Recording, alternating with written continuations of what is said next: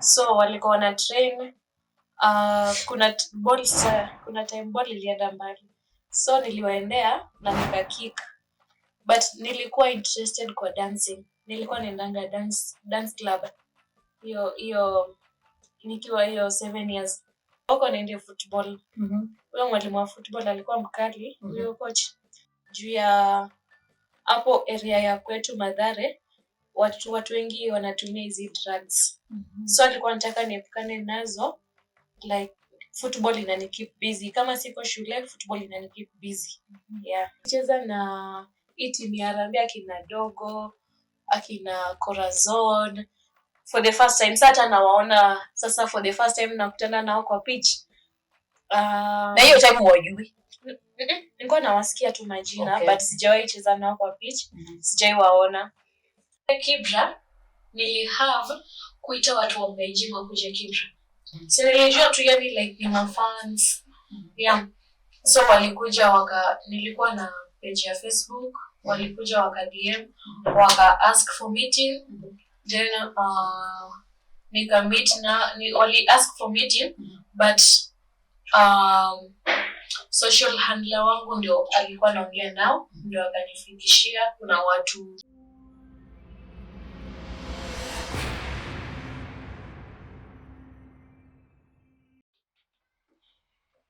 Hi everyone, welcome back to the Moraa Times podcast, a safe space for women footballers to come and express their real stories, authentic and true stories to the real world using their own voice. So this is the second episode of the Moraa Times podcast. And before I introduce my today's guest, I want to give a big appreciation and a big shout out to Jukwaa Sports for ensuring that this video is a success. And Jukwaa Sports is a sports marketing agency. They're really doing a good job with talent and club management, sports marketing, and they're totally changing the game in the football industry in Kenya. I love those guys. I'm sure you follow them across all social media platforms. But before we go further on that, I would like to introduce our today's guest, who's Maximilla ROBI. Hi, Maximilla ROBI. Hi. How are you doing? I'm good. Have you been? I was training today. Training imekuwa poa. Haijakuwa boring. Tunafocus tu na game ya weekend kuchukua hizo 3 points home. Yeah. Leo umefunzwa nini training? Hebu niambie tu kidogo. Umefunzwa nini leo training? Imekuwa nini? Imeinvolve nini leo? More of attacking. More of attacking? Yeah. So like you guys usually have like Monday, what do you do? Tuesday, Wednesday? Because you guys, how is your training? Monday na Tuesday ni siku za gym. Then Wednesday ni siku ya more defense. Alafu Thursday, Friday, Saturday more attacking. Ndio mkienda weekend mnataka mnafunga tu. So ndio tunafunga. Kila game lazima tufunge. Na hii yenye ilipita nini yake? Shit will happen. Like there are bad days in office. Sivyo mnasemanga. So kulikuwa nini? Hizi starlets iliwalemea. What happened? Uniambie. Nilikuja kukuwatch nikakuona pale. Just tell me. Game yenyewe haikuwa ngumu. Try venye tunaweza, ni venye tu hatukuweza kufunga, but hata ulinzi ndio wafunge, walibahatika tu. Hata hawakujua kama wangefunga. Yeah. Then really, by the way, I kind of agree with her because there's someone I was arguing with that was a kind of a lucky goal because I was there to support, of course, women's football. And just to move past that, umeniambia leo training yako imekuwa fiti, leo mlikuwa mnafanya attacking, nini. How is your sister doing? Ako poa, anaendelea kurecover from her injury. Tunamu expect next season akue on. Okay. It's fine. So tell us about who's Maximilla ROBI. A lot of people know you out there as ROBI, like Kibera soccer midfielder mnoma. Akina Mondi pale Twitter wanakupiganga kelele jameni. Hebu tuambie, at least mtu ana watch this for the first time ajue who's Maximilla ROBI. Yeah. Full names ni Muniko Maximilla ROBI, zenye ziko kwa ID. nacheza position 10 at Kibera. Maybe ingine. Hey, so you tell us at least I mentioned your sister. Tell us your family members who position gani kwenye familia. Is there any other footballer in your family who plays? We'd like to know, maybe your parents. Do you have a history of footballers? For my family, tuko watu 6. My mom, my dad na 4 siblings. Mi ni second last. Mi ni last born kwa madem. Last born. Kwetu sijaisikia kuna mtu mwenye amecheza ball. Ni watu wawili tu wamecheza ball. Sistangu na mimi peke yake. Sister kwa mnacheza naye timu moja ama hebu waambie wajue. Sistangu tumecheza naye timu zote nimecheza tangu utotoni. Hadi sasa tuko na yeye Kibera, ako Kibera. Ukisema tangu utotoni, hebu tuambie ulianza lini kucheza ball? Nilianza kucheza ball nikiwa against 7 years. Nikiwa class 4 hapo. So, ulienda tu ukapata maboys wanacheza ama ilikuwaje ukajipata kwenye hiyo circle ya football? Ndio nilianza kucheza ball. Sikuwa interested na kucheza football. Okay. So kuna time footballers walikuwa na train, sistangu alikuwa sha join before. So walikuwa na train kuna time ball ilienda mbali. So niliwaendea na nika kick. But nilikuwa interested kwa dancing. Nilikuwa naendanga dance club. Hiyo nikiwa 7 years. Umesema juu ya dance. Hebu tuambie ulianza dance wapi na lini, how was it? So easy primary schools. Kuna kwanga na easy clubs zenye watu wanafanya game time, adolescent club, dancing club, ya hizo. Sasa mimi nilikuwa part ya dancing club ya shule. So hiyo siku mwalimu wetu hakukuwa, nikaenda kuwatch football. Sasa hiyo kukick ball ndio sasa after hapo nikaitwa nafaa kujoin football kama sitaki. Mi bado niko kwa dance. So kesho nimeambiwa kesho niende tizi. Narudi football kwa dancing club. Nakuja huko viboko. Na nilikuwa napigwa viboko niende football. Huyo mwalimu wa football alikuwa mkali. Huyo coach anaitwa Marco Kwiri. Nikipata huko anapiga watu mimi niko kwa dancing club. Sasa tulikuwa tu tunavurugana na yeye hivyo. Sasa ikabidi juu nimepigwa sana, ikabidi tu niende football. Ndio sasa nikaanza na control hizo kwa football. Sasa anaitwa sistangu. Ndio alikuwa at least ananisaidia, ananiambia fanya hivi juu alikuwa shatoka hiyo stage yenye mimi naanza, alikuwa already ashatoka huko. Yeah. Alikuwa shatoka kwa basics zile za control, pass, head. Yeah, alikuwa shatoka huko. Sasa yeye anacheza tu ball. Sasa alianza coach ukiwa mchanga. So mimi niko interested tu kujua hiyo time kick ball, kick towards like how was your kick? Ika impress Michael. Is it called Michael? Mark, sorry. Ika impress Mark. Akaona this lady, she has to be a footballer.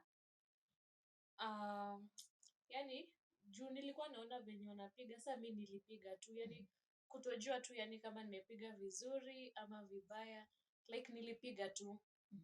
Alafu sasa kitu sasa ilifanya tu sasa Mark Okwiri sasa afanye tu sasa nicheze ball kabisa juu ya hapo area ya kwetu Mathare watu wengi wanatumia hizi drugs.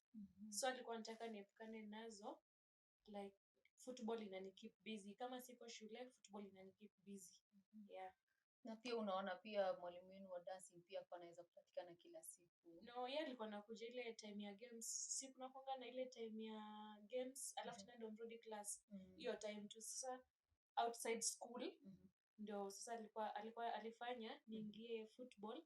Outside school tunaenda grao. Sasa huwezi patikana kwa hizo drugs. Okay. Yeah. Oh, that's a really good initiative. So ulikuwa unatuambia juu ya familia yako before to divert kidogo kwenye kwa sister yako. Ukasema uko na dada yako mwenye anacheza football, uko wewe. Tuko watoto wanne. 2 girls, 2 boys.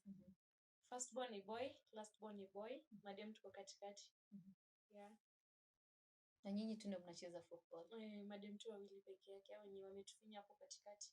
Ndio tunacheza football. Wow. So you're telling me you've now moved from dance. You've now found yourself. Uli kickball vizuri, Mark ameku recognize is at least pushing you to start playing football. Umecheza ndio itaona half time pale mnachapo. Ukarudi from 1-0 to 5. Yeah. 5-1. So you're now in football. At this point uko class ngapi? At what age? Hiyo 2 class. The same class. That transition is happening. Hapo tu same year. Yeah. Ukaanza tu na Beijing sasa. So take us through. So now you're in Beijing. Maybe you told us that was your first tournament, right? Yeah. Umeshaingia football. So you're trying to balance. Umeachana sasa hiyo time umeachana na dance, umeambia mwalimu wa dance. Bad sana. Nilishacha kitabu sasa. Uliambia mwalimu ama ulini? No, sasa utaenda kujiexplain aje. Juu anaweza enda tena huku unaogopa tu viboko. No, unaachana tu na sasa hata akikuita wewe uendi. Unakimbia grao. So grao mlikuwa mnacheza from what time to what time? Games time ilikuwa saa 9:15 hadi 5. Yeah. Ukishamaliza what next? Assignments, homework? Sasa sisi tulikuwa nitonga jelo class. Yeah. Hapo after hapo si tunaenda home, then wale class 7, 8 walikuwa bado tena wanarudi class. Okay. Yeah. So wao wakishamaliza kitu around 5 wanarudi classes za evening. So you mnaenda home. So ite mnaenda home ndio unaanza kubalance your cause homework mlikuwa mnapewa ama ilikuwaje? Tunapewa homework. Alafu kuna sasa hizo house chores. Tena unafaa kufanya hiyo jioni. Yeah, so ukienda home, unaenda unafanya everything. Hizo house chores ndio sasa ufanye homework. Juu usipofanya homework wewe na mwalimu kesho asubuhi. So ilikuwaje wakati uliambia wazazi wako, "Mom, mimi nimeachana na dance, nimeingia sasa football." So umeshawaambia transit from dancing to football. Sasa mamangu hakujua na dance. Hiyo time singeambia mamangu nacheza ball. Hapo anajua. So alijuanga weekend. Time amesema time ameacha maybe job. Alafu ufanye unakimbia ground juu utapigwa. So hiyo time ndo alijua nacheza ball. So alikuwa nakataa. Kuna time sikuwa naenda ground. Niko tu home. Tena ukienda shule same. Kupigwa huku kuja jana, huku kuja sijui nini. Na huku mzazi amekataa. Yeah, haikuwa easy. So hii time huko unaenda ground, was it during the weekdays or the weekends? Weekends. Yeah. Weekdays hawezi kosa kuenda juu ni games time. Hiyo uko shule. Yeah. So after hapo ndio utaenda home. Lakini sasa weekend unatoka home uende ground. Shule sasa. Yeah. Hapo Sunday ilikuwa ngumu. Okay, it was during the afternoon? Na morning. Weekends ni morning na afternoon. So you guys during the weekends were it both on Saturday and on Sunday ama ilikuwa tu Saturday, or were you coach alikuwa anawaambia muende both days because kuna those coaches who respect also your day of worship, wanaweza kuambia maybe try and come? How was it for you? Sunday ni once, ni rare. But Saturday ilikuwa unaenda Tuesday from 7 to 9. Hiyo 9 siku nakonga na tuition. Unaenda shule. Then saa 8 uko grao. Hadi sasa kunanga kurudi shule. Sasa mna train 2 hours 30 minutes ama 2 hours ndio muende sasa home. So saa 8, saa 9, saa 10 ama saa 10:30 ndio unaenda nyumbani.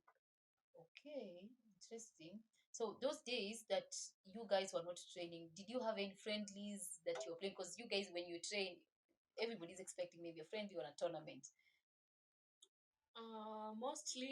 Mostly hatukuwa tunacheza nini tournaments juu hapo kwetu hakukuwa na competitive football. Alafu hiyo time walikuwa bado game ya madem haikuwa poa, so watu walikuwa wanameja sana kwa game ya maboy, so ilikuwa difficult. Tulikuwa tunacheza friendlies na maboy wa same school hivyo tu.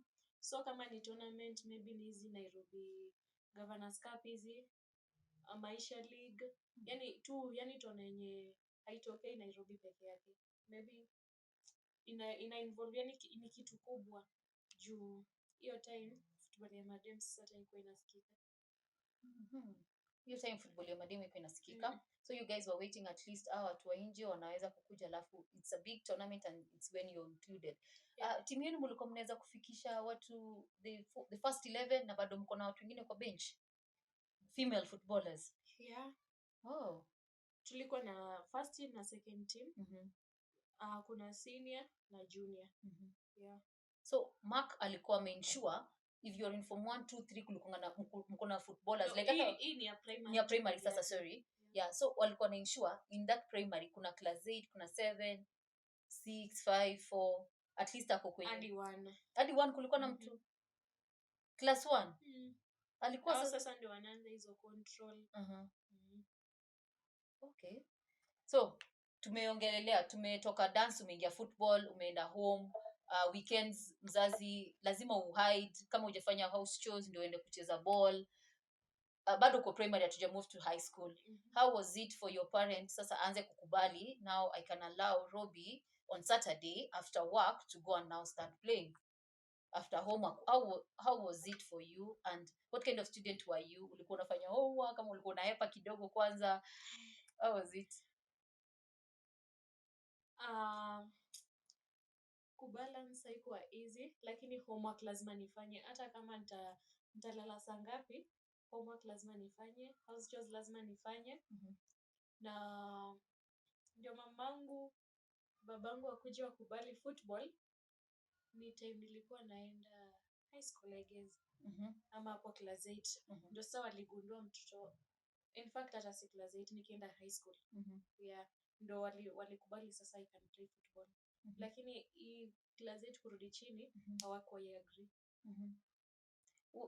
Was it difficult? Okay, what was it from you that made it difficult for them to accept? Was they wanted you to concentrate on studies, ama ilikuwa vipi mpaka walikuwa like at this point no, we just want you Robi to concentrate on your studies? No. Walikuwa wanaona ni game ya ya maboy, hawajaisikia dem acheza football, so walikuwa wanaona ni kama nitaka boy, yani unaelewa, nafanya kitu ya wanaume, sifanyi kitu dem anafaa kufanya. You'll end up being a boy. Exactly, so wako wanataka hivyo. So how was your education? Like what kind of student were you? Ulikuwa na any leadership skill roles pale primary? Primary nilikuwa captain, nilikuja nikakuwa di captain wa team. Okay, tell us about it. Nilifika class 7 nikapatiwa overall school games captain, junior school captain. So ukaanza kucheza 4 5 6 7, umefika 7 nikapatiwa school captain. Okay. So ilikuwa hard time fulani, unafaa kupatikana grao, alafu mimi ndio games captain, natoa balls, kuna manet ballers haufai kuingia mali balls ziko, so au ndio watakujia tena time wanakujia maybe ni late, nao pia wanafaa kutrain, nafaa kuwa field time fulani, so haikuwa easy. Bado tuko primary. Tuko primary, bado wewe ni captain. Unge delegate hata duties kwa assistant alikuwa class games captain by then. Sikumbuki. Okay. Nilikuwa nafanya everything.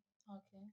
Hivyo kuna assistant mmoja. Hata uko na mtu mwenye una delegate, unampatia powers, unamwambia wewe chukulia netball, wewe volleyball, wewe basketball. No. Mimi ndio nilikuwa na key ya mali hizo equipments zinawekwa. So naweza peana key pote. Okay. Tena niko kwa shida. So lazima tu mimi ndio nifanye hiyo job yote. So ulikuwa unaniambia sasa class 7 umepatiwa hiyo games captain. Yeah. Was it the only role you play kama a leader in your school ama at some point pia in class 8 ulipewa another bigger role? Nilikuwa tu bado games captain kwa field. Sasa shule mzima tena games captain na captain kwa field. Yeah. How was your performance back then? Nilikuwa chupi vibaya sana. Nikiwa primary. Nilikuwa chupi vibaya sana. Before tuambie ulitoka na marks ngapi? Yaani how like hebu tuambie how was it for you balancing between football and also academics? Because pia kuna watu pale nje wanashinda there's a balance. This is a new sport. I love playing football, but how can I balance to ensure my parents who want me to have good grades, I offer them good grades and still play this football that I love? Ni ngumu. Ni easy ukiwa class 6 kurudi chini. Ni easy juu hauendi grao sana. Lakini ukifika class 7 na 8 hata time watu wako class uko grao. Hivyo ndio tulikuwa tunafanywa na coaches wetu. Asubuhi uko grao. Time watu wako class mlienda sijui wapi, tournament sijui nini. Hauwezi rudi tena urikave, umechoka. Kesho nini kuna homework. Utakosa hata kufanya hizo assignments by the way. Kesho ukifika au kuwa unaambia tu mwalimu si kuwa atafanya. So ulikuwa unafanya hiyo balancing? Sifanyi si kuwa. For real, you guys? For real. Si kuwa. But this time you guys Beijing Riders muna win game. So was it walikuja sasa waka respect footballers juu tuna win. Sasa ukiambia mwalimu si kuwa ni hivyo. Mwalimu si kuwa. Assignment yako ROBI si kuwa. Sijafanya si kuwa. So hapo class 8 ukamaliza ukatoka na marks ngapi kwenda high school? Personal. Hata siwezi sema. Hata huwezi sema lakini ulipita. Si sana at least. Were your parents proud at least you were playing now football? Wameanza kukukubalia. So umesema walianza kukubalia wakati uliingia high school sasa. Ndio niende high school. Ndio ende high school. Walisikia ni free scholarship. Wow, okay. Tell us about it. So walisikia football sasa inataka kunilipia fee. Ndio niende nini high school. Deputy wa shule nilienda alikuja home. Wow, okay. Alikuja akitaka niende hiyo shule. Juu kuna shule zingine zilikuwa already zishasema niende huko. But sasa yeye alikuwa mjanja alikuja home. So madhe wakakubali. Sasa ndio walikubali nicheze ball. Wakati sasa principal huyo shule amekuja nyumbani. Besides this principal coming home, umeniambia kuna principals wengine ama wa shule zingine walikuwa nakutaka. But yeye kukuja nyumbani wakasema sasa this is green light. Wazazi wakasema hapa ndio msichana wetu ataenda. Na ataenda acheze sasa ball. So tuambie ni game gani maybe sasa unaweza tuambia which tournament did you play in primary in class 7 and 8 that was your favorite? Yaani ulicheza ama mlikuwa mnacheza vipi? See there were school games, right? So primary time nilisoma kukonga school games. No. So which kind of plays or friendlies or tournaments were you guys playing majorly when you were in class 7 and 8 before the transition? Best nikiwa primary, the best ilikuanga ni Governor's Cup ya Kibera. Nilikuwa nilikuwa nacheza position 2 by the way. Your time.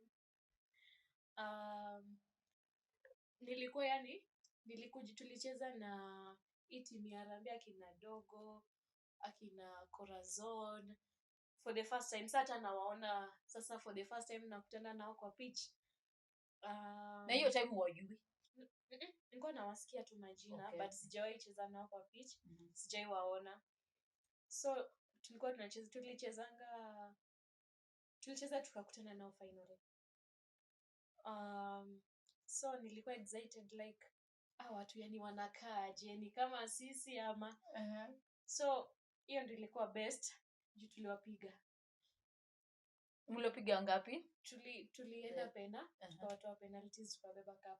So the penalty was it a barren draw ama ilishaje? Ilisha draw ya 1-1. Sister Munda alitufungia.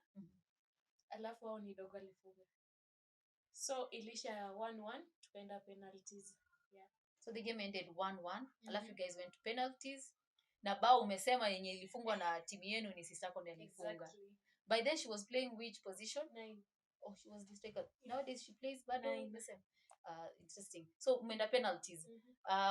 Saidieni mlifunga ngapi? 1-1. Was it?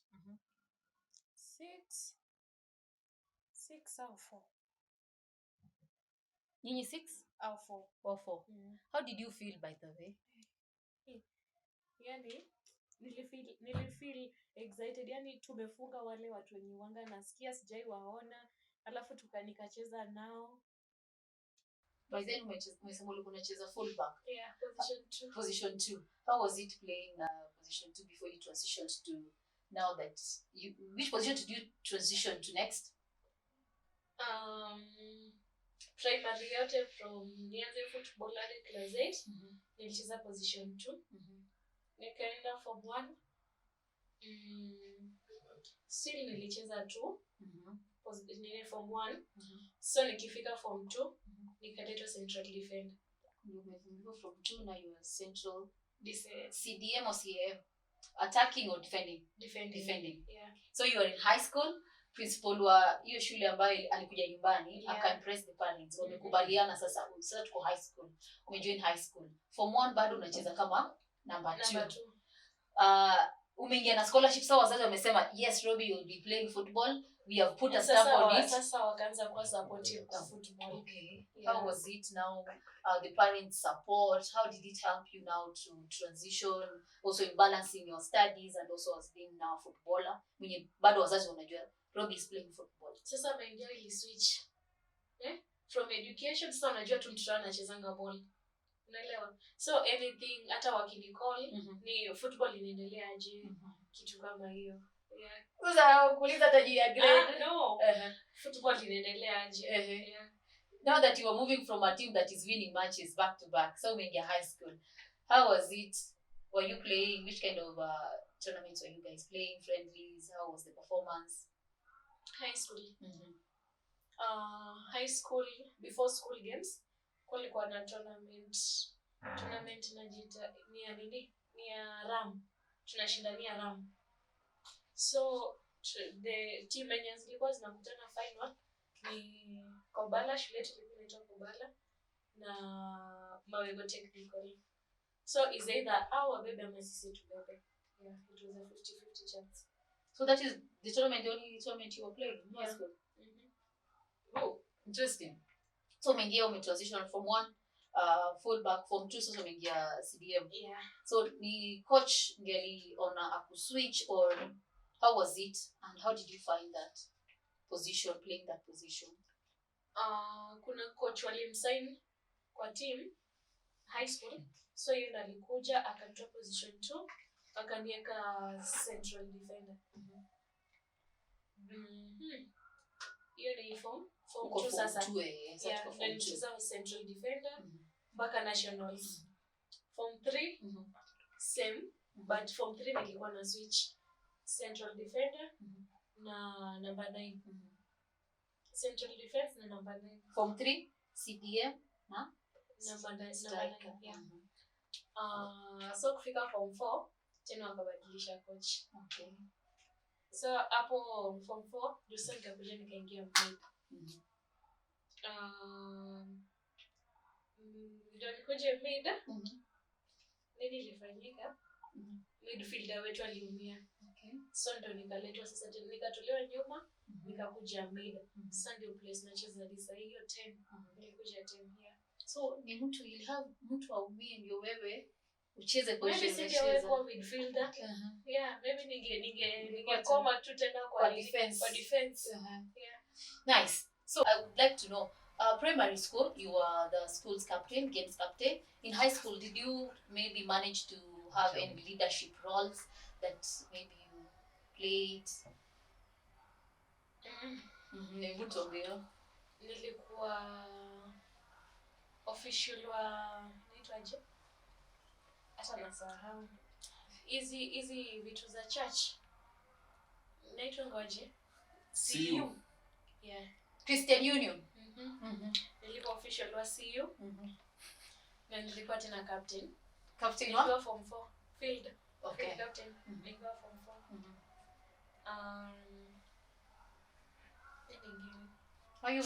How are you managing the leadership roles that you had? You're in form 4, again you're playing football.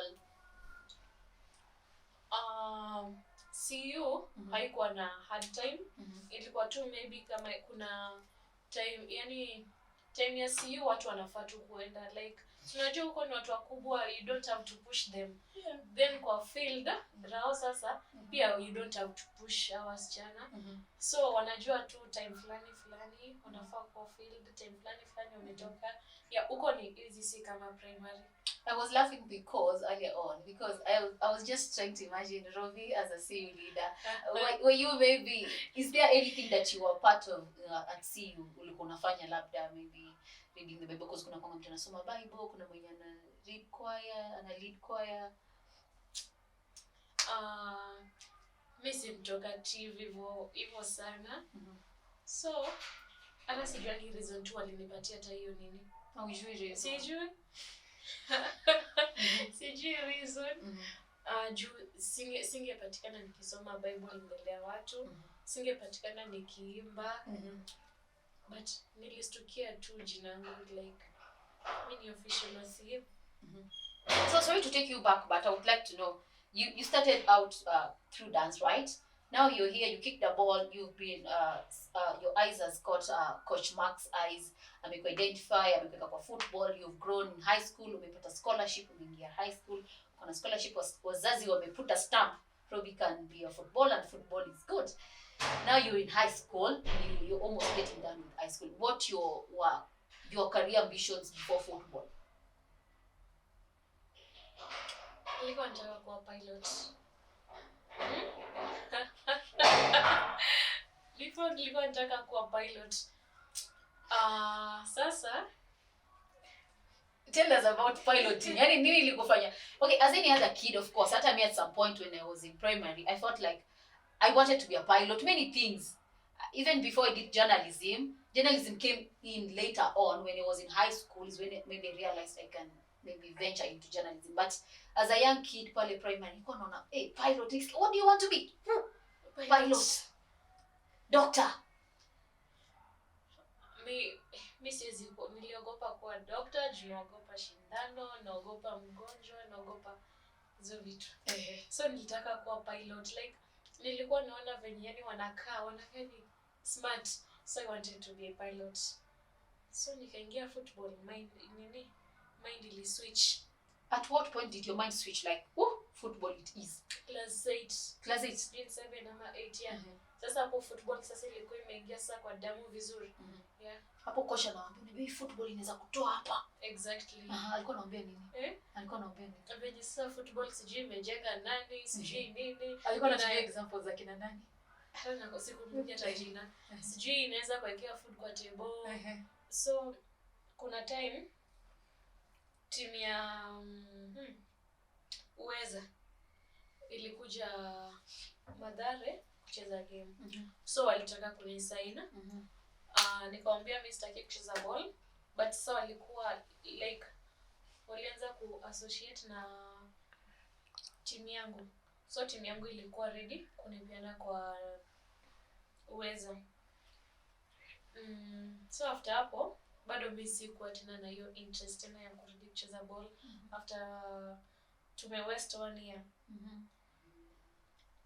Nikapata msijui ni coach ama ni nani alikuwa Uweza, then alitransit akaenda Kibera soka. So alinicall akaniambia niende Kibera soka. Hiyo time ya football ya nini inaitwaje, caretaker. Nikamwambia ni sawa, juu alikuwa best yangu, so singemdisappoint. Nikaenda Kibera. So like nikaenda Kibera, sikuenda chuana ni sign, nilienda trials. Unaelewa? So nikifika huko tukatrain tu vizuri day 1 na wakanisign na hiyo day 1. Hiyo day nimeenda. Wakanisign na hiyo day, wakaniambia the following day niende na vitu zangu wanisign. So tena nikarudi kucheza ball. So ndio nikajoin timu ya Kibera. Yeah. That's how you find yourself in Kibera soccer. Ulikuwa umefika point ya sitaki kucheza ball sasa.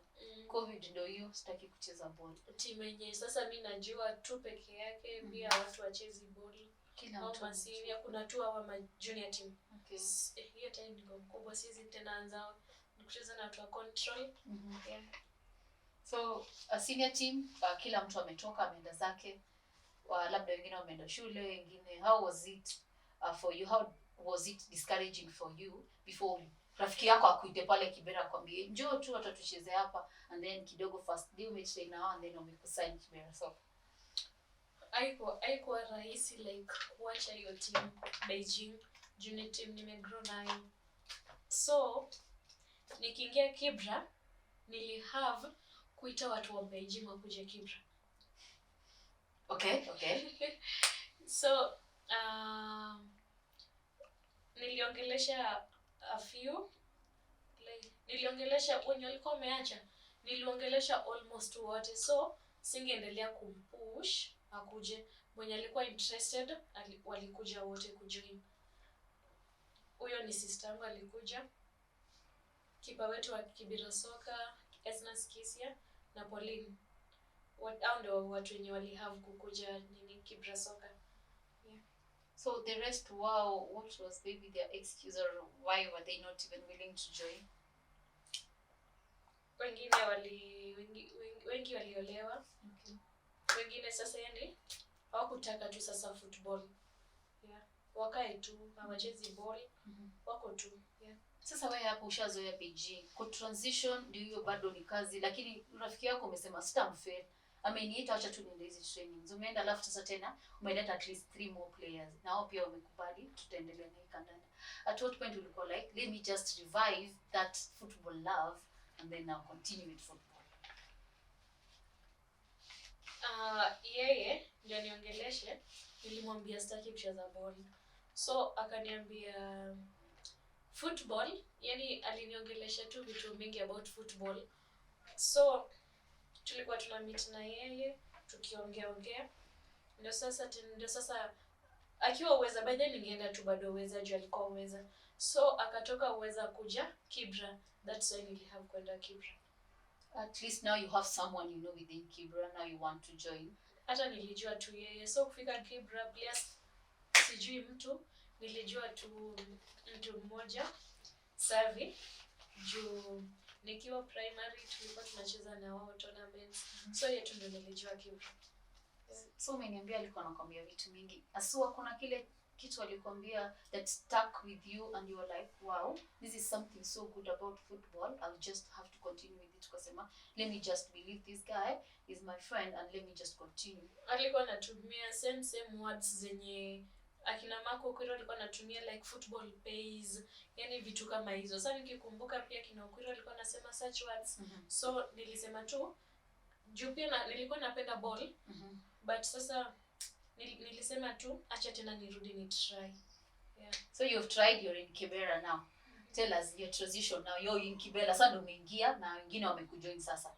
And he has also, he's he right? Na pia yeye ameweza kujoin. So how is it now? Maximilla ROBI in Kibera now starting out. Ndio nikuje, si nimekwambia walinisign na hiyo day 1. Exactly. So tulicheza tu division 1, walikuwa wanacheza division, walikuwa premier wakashuka. So hata wao kushuka players walitoka. So walikuwa na players wengi but si sana. Si players walicheza nini Premier League, ndio bado walikuwa wengi wao.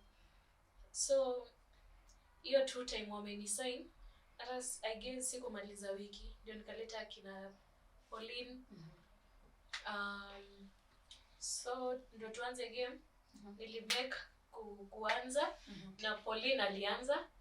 Kisia huyo keeper wetu alikuja akakuwa the first keeper. So first match watu wenye wote nilileta walianza wote. Tulicheza wote 90 na hiyo game tulicheza na Limuru, tulidraw away. Yeah. How was the feeling going home?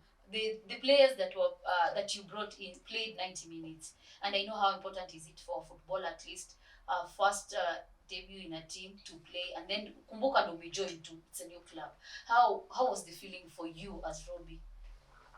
Hapo football haikuwa easy kwangu. So najua football ya ligi na football ya shule ni two things different. So ndio tena ukuje hii team mzoeane, like huyu anataka pasi na kaa hivi, huyu anacheza hivi, ilikuwa hard. So ndio ukuje uzoe, nilihave kujiforce nicheze side ya Pauline. Tumelelewa na yeye, tumesoma shule primary pamoja, secondary pamoja, so nilihave kuforce nicheze side yake at least. So nikiwa hapo Kibera, hiyo team ya Limuru, unajua nani Vijago, coach wetu Vijago. Alinitoa mid akanipeleka number 7.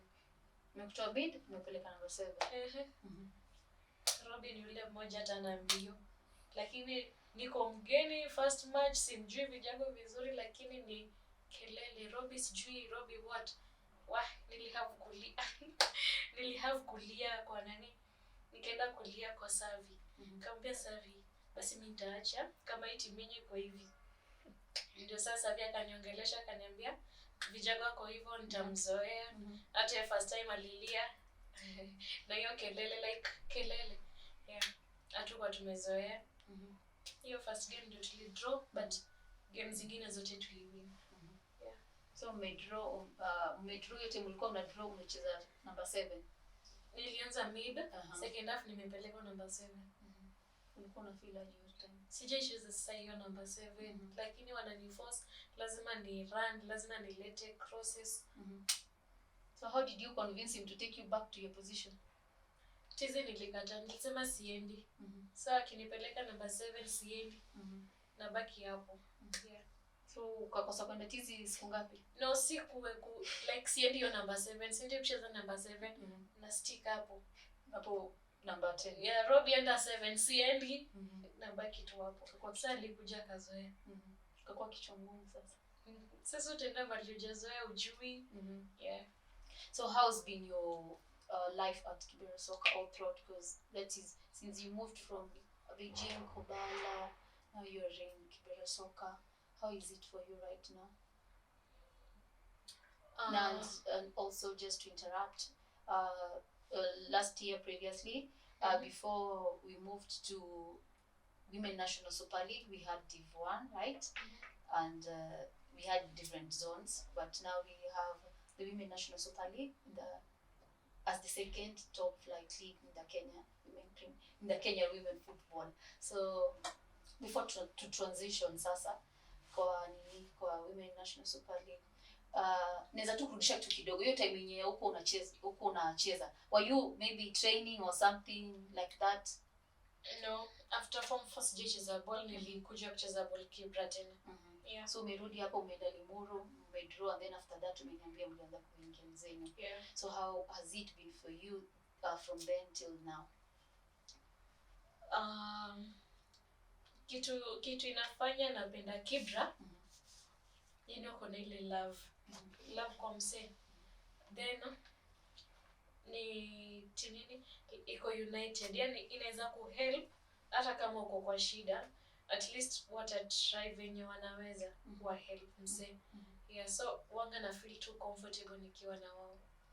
You've been through different coaches, right? Who have coached you, and how has it been for you as Robi being coached under different coaches, and now that you're at Kibera sasa hivi, and the transformation that you feel yenyewe, through all these coaches, this is what has impacted me to be who I am right now?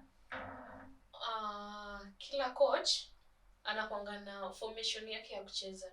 Venye huyu coach atakuja, na venye huyu atakucoach ni different. Kuna mwenye atataka ufanye hivi, kuna mwenye atataka ufanye kitu different. So ni lazima uzoe zote. Huyu akikuja kwambia ufanye hivi, si ati akikuja sana inapata you are new. No. So you have to learn each and every coach venye anataka. You've been in Kibera for how many years? 2 years. 2 seasons. Yeah. The other season and this season, right? Ya committee ya caretaker na hiyo sasa division 1 na sasa Premier League 3 seasons. 3 seasons. Yeah. How has been the transition through the caretaker to Div 1 before you tell us the Women National Super League? Hiyo ya caretaker. How was it? Hiyo ya caretaker. Unajua ndio first time yangu tena kucheza division 1 football. Hiyo time haikuwa easy side yangu lakini sana, but nilikuja nikazoea. So hiyo time si tulibeba ligi hiyo ya nini caretaker. So kitu yenye ilikuwa painful kwetu, kuna watu walipelekwa relegation, kuna teams zilipandishwa, kuna team. Sasa sisi mbona teams zingine ziende relegation, zingine zipandishwe, lakini sisi bado to stick. So ilikuwa painful. Ndio tena turudi tucheze sasa nini division 1 ya federation. Tukajiita tena meeting, tukasema tu kama hii kitu ilikuwa yetu, still itakuwa yetu. So to work hard tubebe tena. Yeah. Leo nikiwa hiyo ligi ya caretaker nilihave kufunga bao ngapi? 12. 12 goals. Assist na sikumbuki. Then ligi ya last year hiyo ya Federation Division 1 nilifunga 14 goals na assist 22 I guess. Yes. Yeah. If you're not kama uko sure at least I guess zilikuwa 22 assists. At least continue keeping these stats kwa sababu pia ukiangalia women sahi football a lot of players don't know their stats. They don't even keep them. So sasa hivi umetoka caretaker, at least umejipush, umeingia Div 1 au sasa unaendelea kujipush kama ROBI. Kumbuka mwanzoni pale ulikuwa umeachana football, lakini sasa hivi sasa umeshaingia, umesema have to ensure these Kibera soccer tuna move to the next top flight. Mko Women National Super League sasa hivi. How is the competition? Competition iko high. Mimi niko happy juu atuko kwa red zone. Ndio first time kiangalia Kibera, most of the players ni first time yetu kucheza Premier League. But tuna try. See hard like hapo, see hard hivyo sana, but kiasi tu ni challenging. Yeah, juu ndio tumeingia sisi, si wazoefu huko. So tunaendelea tunayo. I should attend one of your matches pale was then, and I've seen you guys how you're playing and the kind of fans you have. You really have, at least I can't say much, but you have quite a number of fans ambao wana support.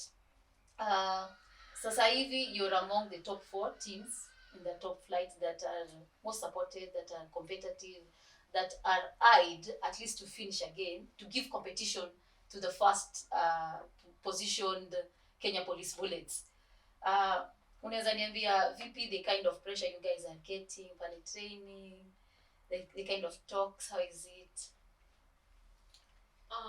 Pressure tunapata ni wanataka tukue top 3. Wanataka tukue top. So 3. Sisi, yeah. Number 1, 2, 3 tubebe league. So ni hard, yeah, like your pressure sasa, si unaelewa. So ni hard side yetu, ni first time yetu. So ndio tuzoe, unajua hizi teams zingine watu wengi ni watu wamekuwa kucheza Premier. But sasa ukiangalia sisi ni watu wenyewe ndio sasa tumeingia Premier, tunajaribu venye tunaweza, but coaches wetu bado hawaoni kama tuna give best. Yeah. Okay, hawaoni kama mna give best. But out here as fans, sisi tunaona you guys are a good challenge to the top 4 teams. Which team that gives you kama ROBI and headache mkienda pale uwanjani nasema hii lazima, you as ROBI sema hii lazima nijikaze kwa sababu unajua pale midfield nitaona shida. Ni timu gani mwenye ukacheza nao nasema hii lazima niende extra? Midfield timu gani? Si Kenya hata generally tu, sasa si lazima iko pale midfield. Unajua hii inatutesanga mbaya, hii tusetisha.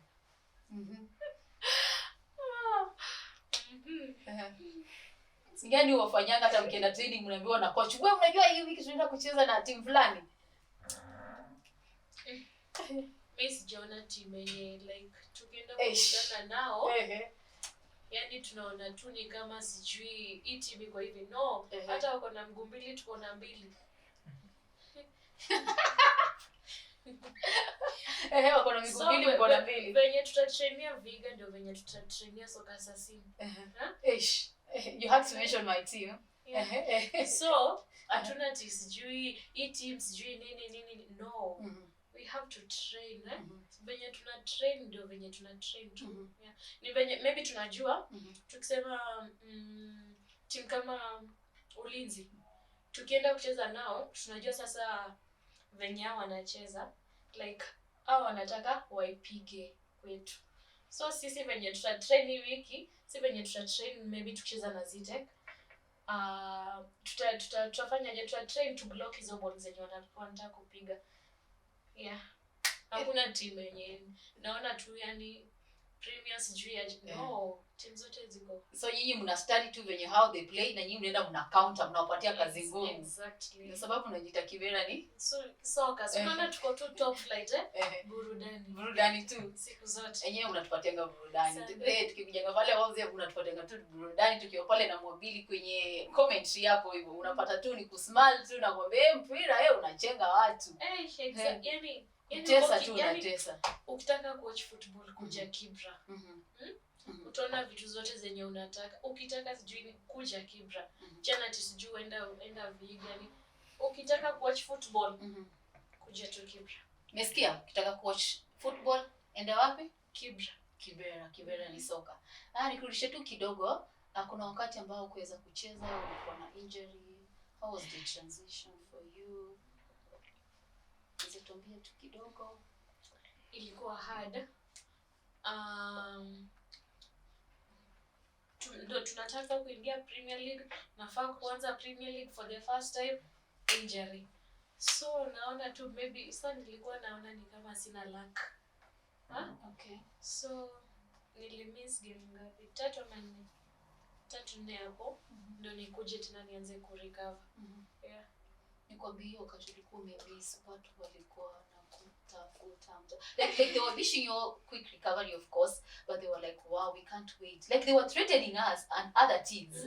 Mimi kama Soka Assassins number 1 fan na wengine walikuwa wanatuambia wacha tu Robi arudi. Wacha tu tunaambia tu Robi apone. Akirudi mtajua Kibera ni soka. Sasa hao watu walikuwa wamewatch Division 1. So ndio sasa ukuje wewe kama fan wa Soka Assassin. Ndio sasa ukuje uone Robi ulimwona aje.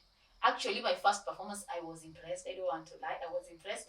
Kama nakumbuka nilikuwa half time nikamwambia Mwabili, huyu mwanadada mnashinda mkimsifia. Ako tu sawa nikutia tu bidii maybe some tactics here and there. Pia some pia wow moments for us kama midfielder. Pia sisi tunapiga pale kelele, tukipiga kelele, dribble unajua pia tuna furaha.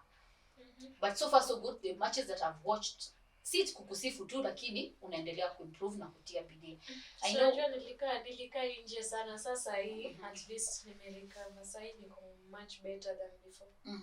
So out there maybe what can you tell your fans that usually feel bad when you're not playing and you're out for injury? Na ukiangalia pia nikigusia tu pale Uingereza unapata kuna CL injuries, the different types of injuries.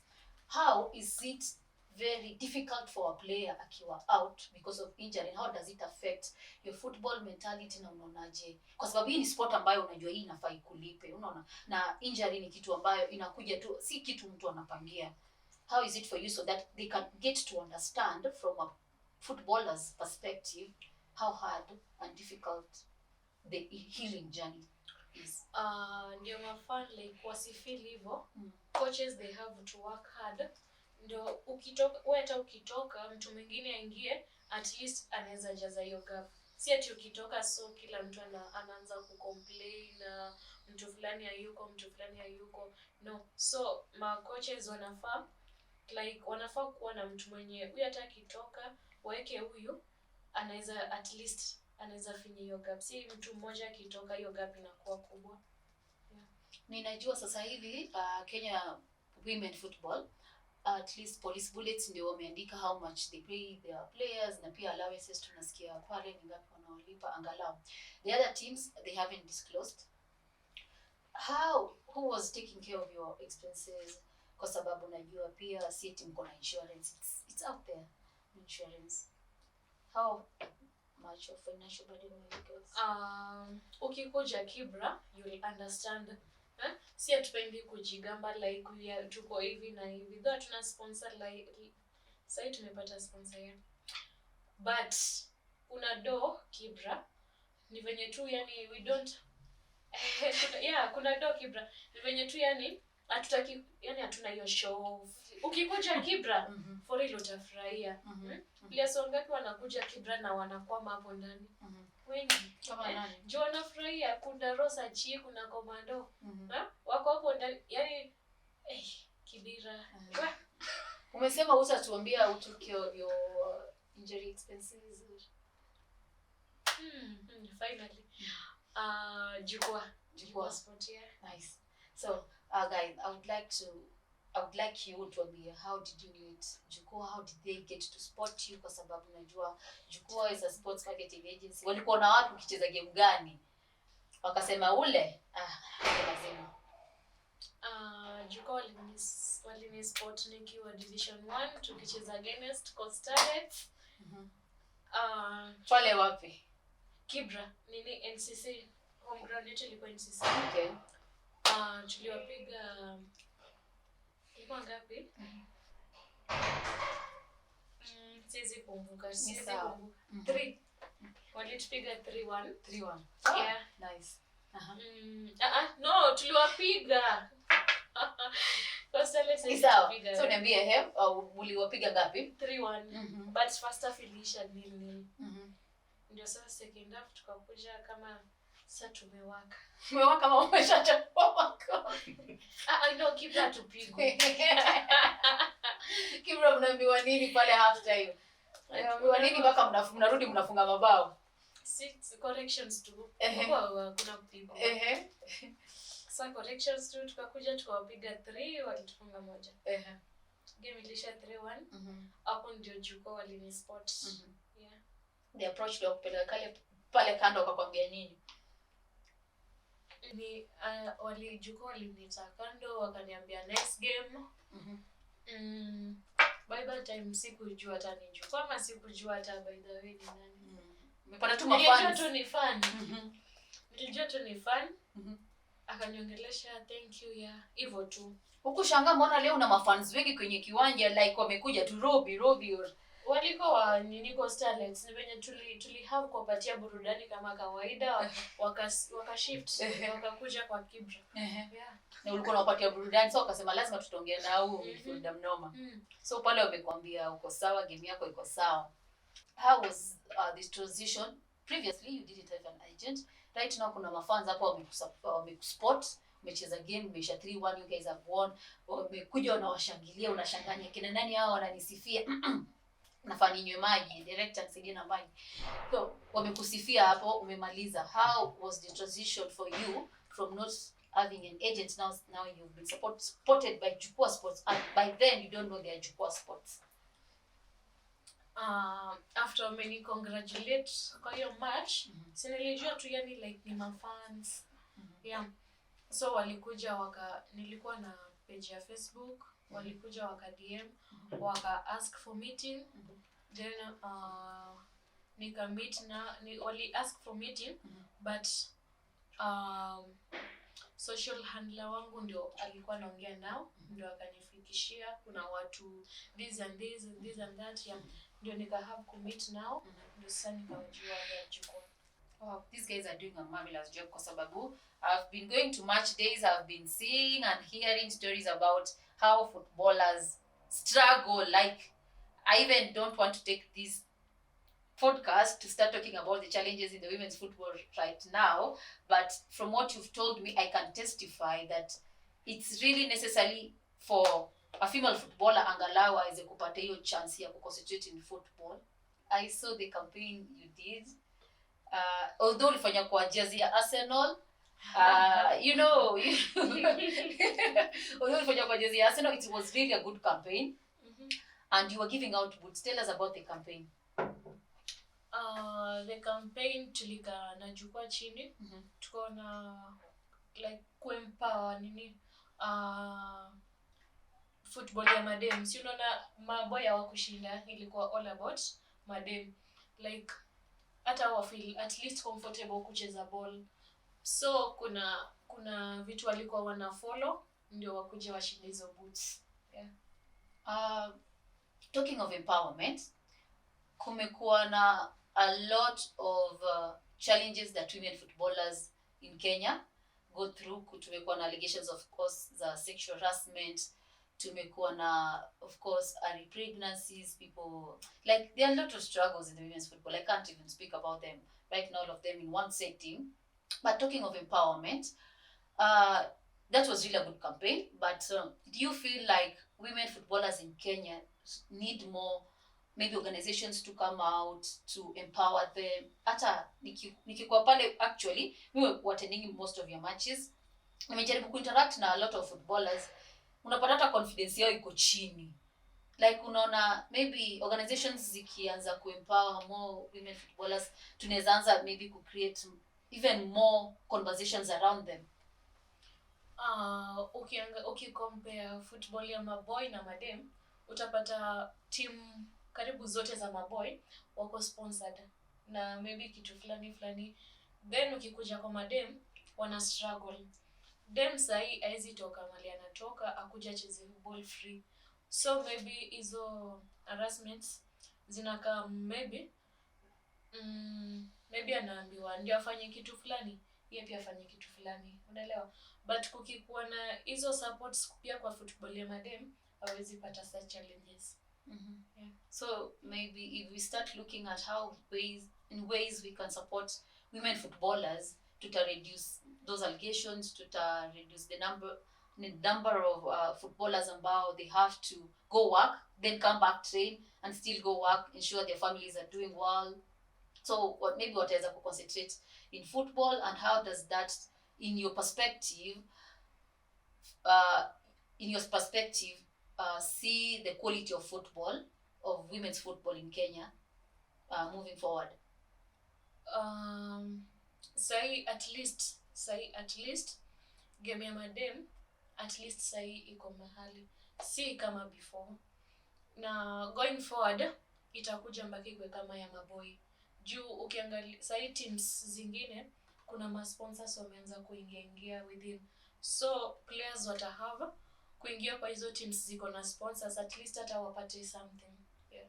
Sasa hivi kwenye Women Premier League tumepoteza Gospel Women, tumepoteza Trans Nzoia Falcons. Wewe kama Robi, ungependelea teams going forward, ungependelea wafanye nini? Kwa sababu ukiangalia pia these are your fellow footballers ambao probably kulikuwa na transfers, ungepatana nao mkicheza the same. Yeah. Na kuna wale probably ni marafiki zako. Wewe unaona vipi tunaweza clubs kwanza zinaweza fanya vipi ku avoid such scenarios? Na how can we moving forward, kwa sababu ukiangalia those teams bring competition. Sasa hizi venye hawachezi kwenye ligi, kuna venye wame affect fixtures zenu. Kweli ama uongo?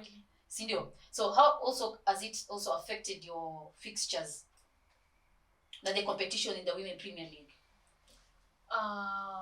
Fixtures yetu ime affect, like kuna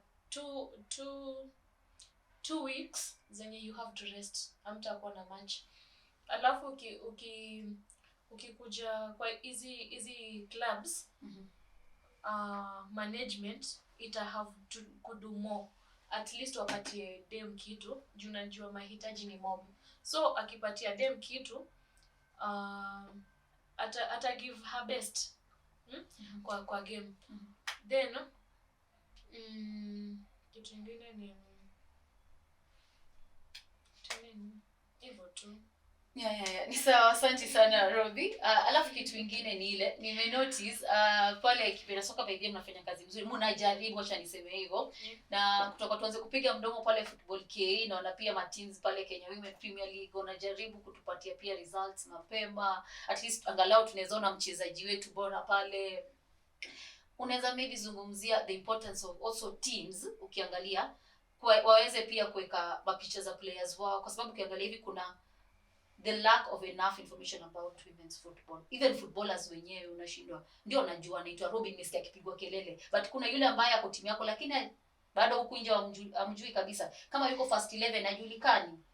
Unaona vipi on how unaweza angalia pia you have how many followers? 25k pale Facebook. Unaona how you've been doing, nimeona una post picha vizuri, unafanya video zako vizuri, umeona how impactful pia umeweza kupata followers, uko na fans wengi. How can also teams ensure that consistency, pia hata kama wamefungwa hiyo siku ya mchezo pia waweze kupatiana results mapema, kwa sababu hizo results zinasaidia sisi kama journalist pia kuweza kuendelea kuongelelea hii ligi ya mademu. Clubs by now at least wana try kupost vitu zao online. Juezi niambia mtu ako Nakuru anasikia about ROBI, then like anasikia about ROBI but sina maybe account yoyote Facebook, so hata have kunijua more.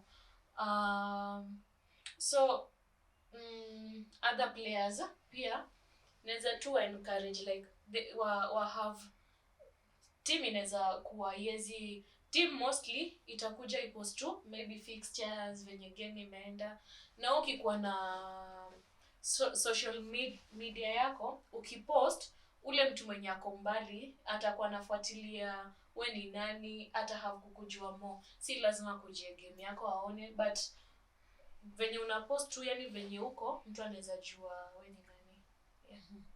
That is very nice, Robin. So kuna hiki kitu kingine tumekuwa tukizungumzia, juzi tulikuwa tunazungumzia kwa space about fans kwa stadium, na ukiangalia ligi ya maboy yenyewe wanakuwa na fans kwa watu wanaweza kufika, lakini siwezi compare with of course ile ligi ya Uingereza.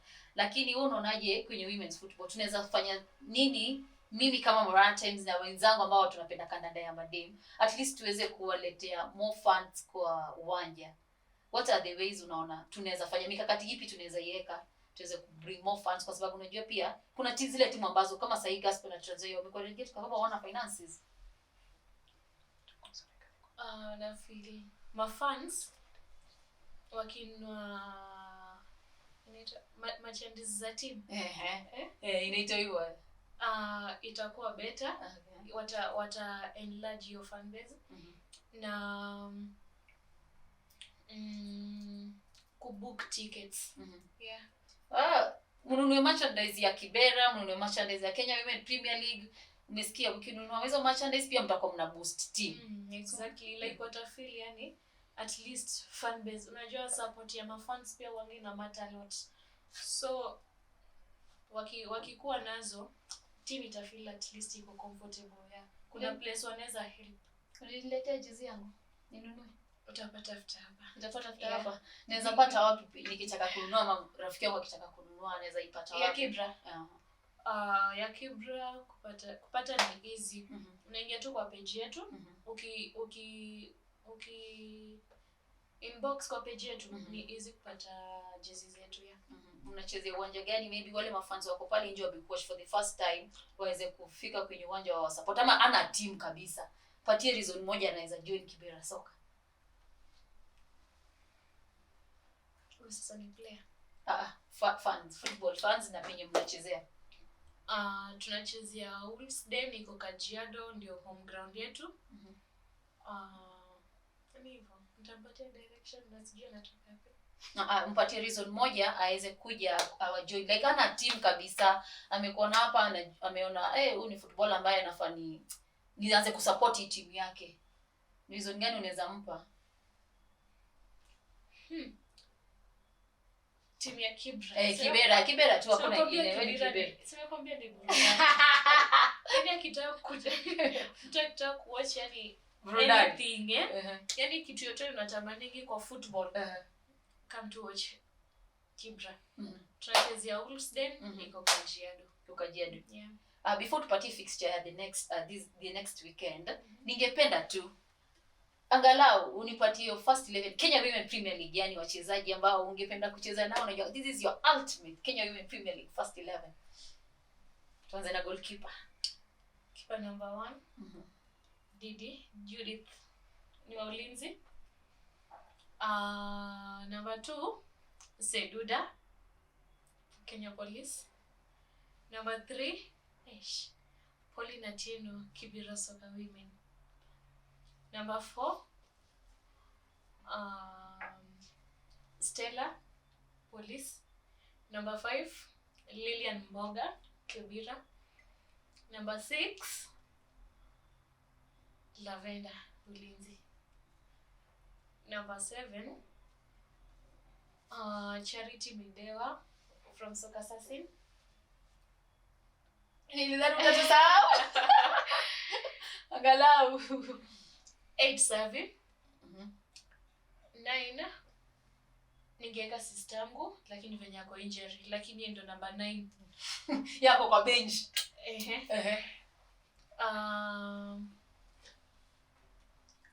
Uko sawa, endelea. Tuko kwa sister yako kwa injury. Number 9. So in 9, niko na Nancy Atako Kibera, niko na Tumaini, niko na Rebecca. Okay, so wawili wako kwenye bench. Then 11, niko na Fasila Diambo. Niko na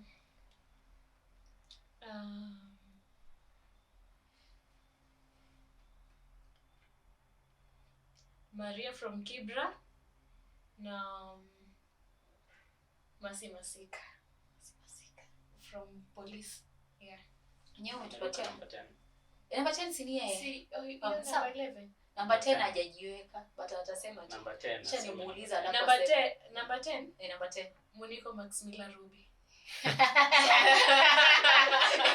Hiyo ina substitution. No. Ako tu peke yake amesimama tu hapo. Ako hapo peke yake. Yaani hata ukiumia utaki nenda atawekwa hapo ukiumia. Tupatie bench bana. Tupatie bench.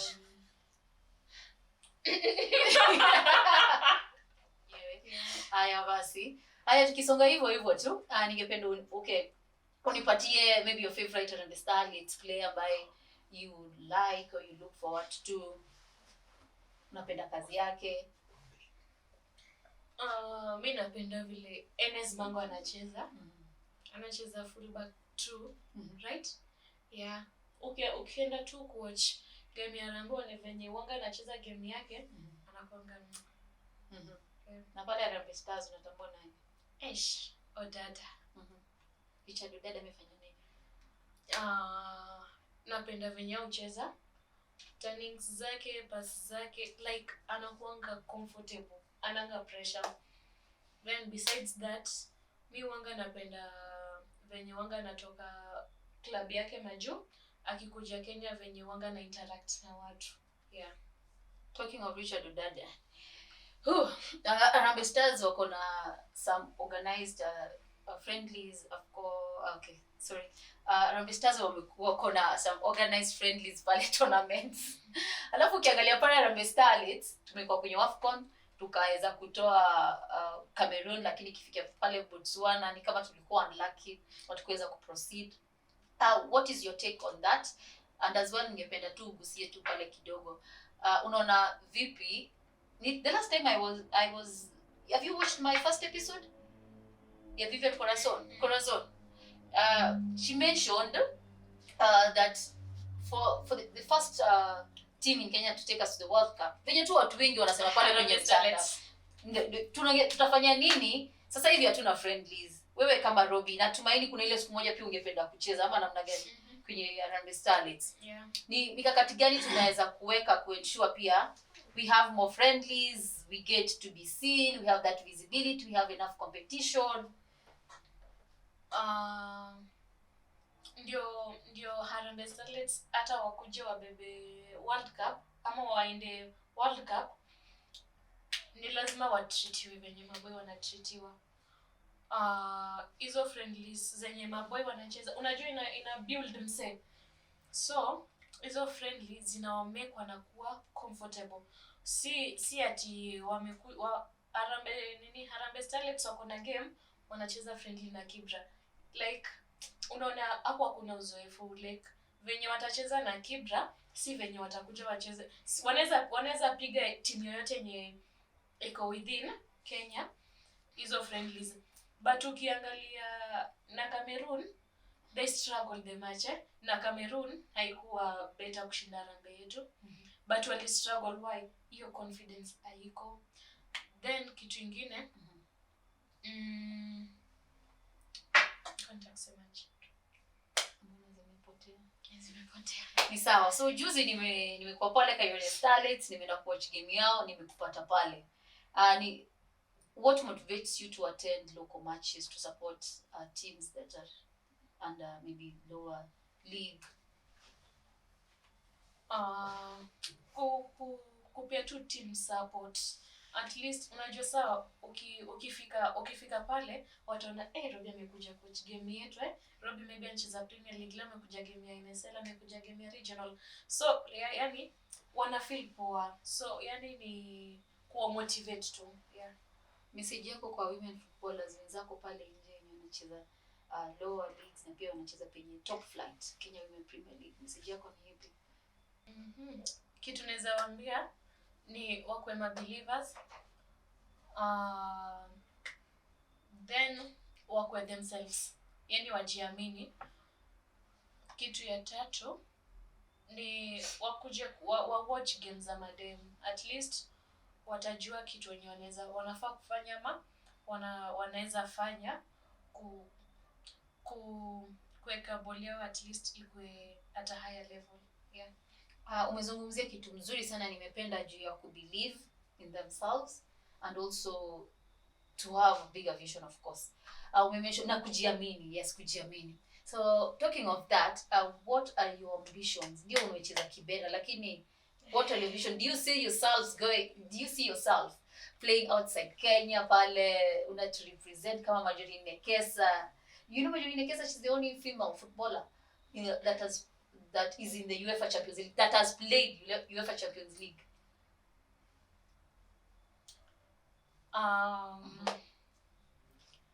Very soon nitakuwa nacheza Europe. Then unaona sahi Africa, unaona kuna women's wenye wanapata pesa nini, the highest amount world mzima. So nataka hata mimi kuingia hapo ndani. Yes. I'm looking forward to seeing you among the Zambian anaitwa Kundanaji. Your pronunciation unajua pia ulifunzwa na nani ama unatoka wapi, part gani ya Kenya, lakini I know you know her, but it is Kundanaji from Zambia. Umeniambia ungependa pia kuwa among those top pay, because niliona pia Nigerian the lady was wako na yeye wako na this lady from Nigeria anaitwa anaitwaje, nampenda sana. Oshawala jina yake nyingine Agbabola. Anaitwa Asisat. Yes.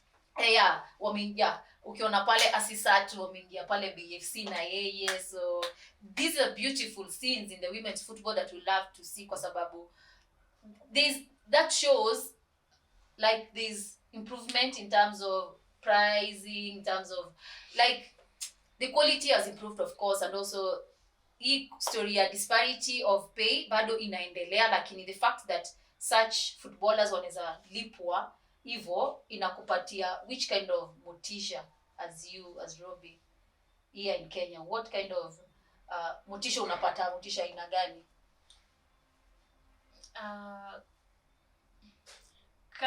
Kama in Africa unaweza patikana na mtu mwenye analipwa the highest, why not me?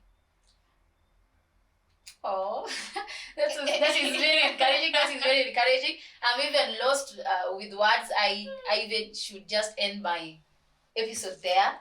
It was nice to have you here. Thank you for joining me and encouraging the other women footballers out there. Maybe your last word, maybe to your fans sasa. Yani ndio before nifunge this episode, your last words to your fans ambao watakusikiza. And to my fans, nawapenda sana. Muendelee kufollow page yangu Muniko Maximilla Robi, Facebook, IG, Twitter, TikTok, yani kila mahali. Continue following my page.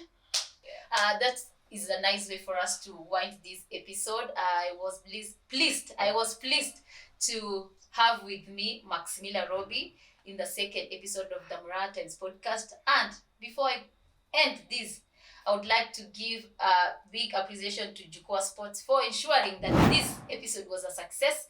As you can see, they have very, very, very beautiful here gift for me from Jukwaa Sports. And Jukwaa Sports, thank you. So ensure you're following them across all social media platforms. As I said earlier on, it's a sports marketing agency that does club and talent management and sports marketing.